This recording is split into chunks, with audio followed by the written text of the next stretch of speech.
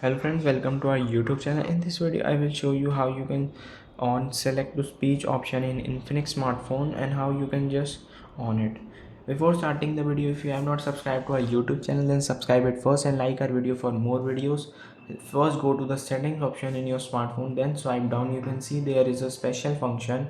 Swipe down, you can see there is a accessibility option and there is a select to speech. Just turn it on and I show how you just capture the text.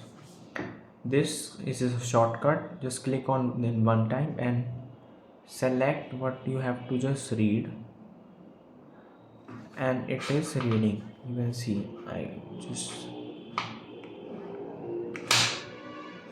Drag your finger across the screen to like select this. multiple items. It is Tap speaking, play to hear everything on screen. and Select you can text that appears pause by inside this the button, and you can remove by this button. And if you want to off this, just off like this. I hope you like this video. If you like this video, then subscribe to our YouTube channel, like our video for more videos. Thanks for watching.